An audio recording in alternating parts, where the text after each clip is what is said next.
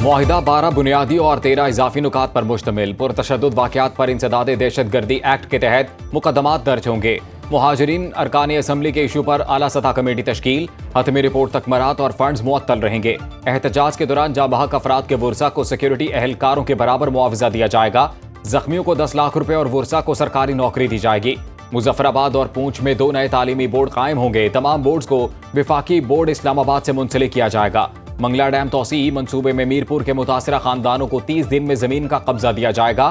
Local government act 1990 کی روح کے مطابق 90 دن میں ترامیم ہوں گی۔ آزاد کشمیر حکومت 15 دن میں ہیلتھ کارڈ کے لیے فنڈ جاری کرے گی۔ حکومت پاکستان بجلی کے نظام کی بہتری کے لیے 10 ارب روپے دے گی۔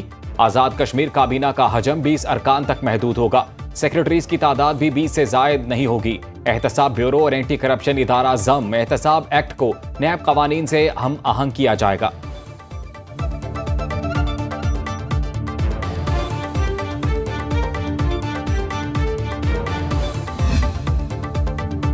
آزاد کشمیر ایکشن کمیٹی سے معاہدے کے اضافی نکات سامنے آ گئے۔ 2 اور 3 اکتوبر کے دوران گرفتار مظاہرین رہا کیے جائیں گے۔ پرتشدد واقعات تحقیقات کے لیے عدالتی کمیشن کے سپرد ہوں گے۔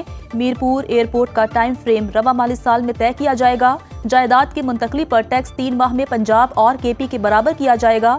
2019 کے ہائی کورٹ فیصلے کے مطابق ہائیڈرل منصوبوں پر عمل درآمد ہوگا۔ 10 اضلاع میں واٹر سپلائی اسکیم کی فیزیبلٹی رواں سال مکمل ہوگی۔ تمام تحصیل اسپتالوں میں آپریشن تھیٹر اور نرسریز قائم ہوں گی۔ تعلیمی اداروں میں اوپن میرٹ پالیسی پر عمل درآمد ہوگا۔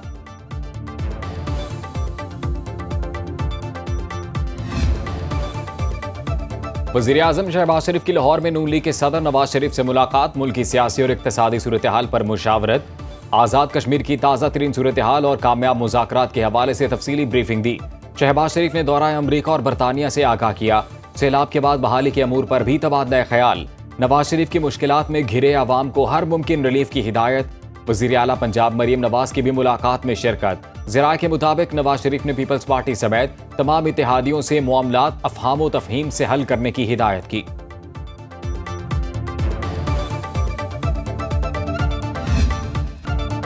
آزاد کشمیر میں سازشیں اور افواہیں آخر کار دم توڑ گئیں۔ کشمیری عوام کی خدمت کرتے رہیں گے۔ وزیر اعظم شہباز شریف کا آزاد کشمیر میں مذاکراتی عمل کی کامیابی کا خیر مقدم۔ کہا امن کا قیام اور حالات کا معمول پر آنا خوش آئند ہے۔ تمام معاملات خوش اسلوبی سے حل ہوئے۔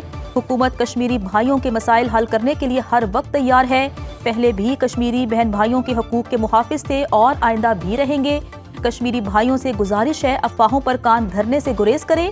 وزیر اعظم کا مذاکراتی کمیٹی کے اراکین کو خراج تحسین۔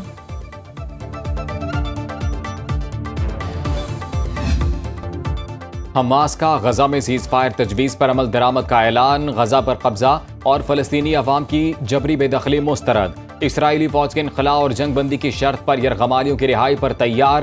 اعلامیے کے مطابق ثالثوں کے ذریعے فوری مذاکرات اور قیدیوں کے تبادلے پر آمادگی کا اظہار۔ غزہ کا انتظام غیر جانبدار فلسطینی ٹیکنوکریٹ ادارے کے سپرد کرنے پر تیار ہیں۔ اتفاق رائے سے قائم نئی انتظامیہ کو عرب اور اسلامی ممالک کی حمایت حاصل ہونی چاہیے۔ فوری جنگ بندی اور اسرائیلی فوج کا مکمل انخلاء ہی امن کی ضمانت ہے۔ غزہ کے مستقبل اور فلسطینی عوام کے بنیادی حقوق پر قومی سطح پر بات ہوگی۔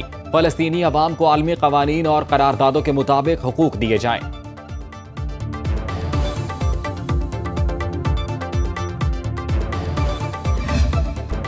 حماس کے جواب پر ٹرمپ کا اسرائیل سے حملے روکنے کا مطالبہ۔ امریکی صدر نے کہا حماس کے بیان سے ظاہر ہوتا ہے وہ دیرپا امن پر آمادہ ہیں۔ مذاکرات کی تفصیلات پر بات چیت جاری ہے۔ یرغمالیوں کی محفوظ رہائی کے لیے اسرائیل کو فوری بمباری روک دینی چاہیے۔ موجودہ صورتحال میں یرغمالیوں کی رہائی انتہائی خطرناک ہے۔ معاملہ صرف غزہ تک محدود نہیں، پورے مشرق وسطی میں امن قائم کرنے کا ہے۔ تعاون پر قطر، ترکی، سعودی عرب، مصر، اردن اور دیگر ممالک کا شکریہ۔ امن حاصل کرنے کے بہت قریب ہیں۔ سب کے ساتھ انصاف کیا جائے گا۔